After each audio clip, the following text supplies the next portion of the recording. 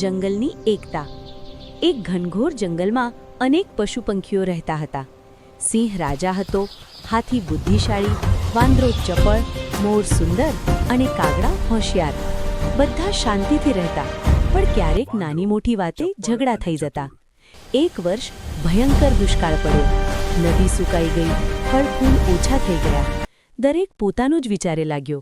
વાંદરો ફળ છુપાવવા લાગ્યો, હરણ ડરીને એકલું રહેવા લાગ્યો અને પંખીઓ દૂર ઉડી જવા લાગ્યા। એક દિવસ જંગલમાં આગ લાગી, પવન તેજ હતો, બધા ડરી ગયા, કોઈ એકલો કંઈ કરી શકતો નહોતો। ત્યારે નાનો ચકલી બોલી, જો આપણે મળીને કામ કરીશું તો જ બચી શકીશું। હાથીએ સૂંઢથી પાણી છાંટ્યું, કાગડાઓએ આકાશથી ખતરો બતાવ્યો, વાંદરાઓએ ઝાડીઓ દૂર કરી અને પંખીઓએ નાના પ્રાણીઓને સુરક્ષિત જગ્યાએ લઈ ગયા।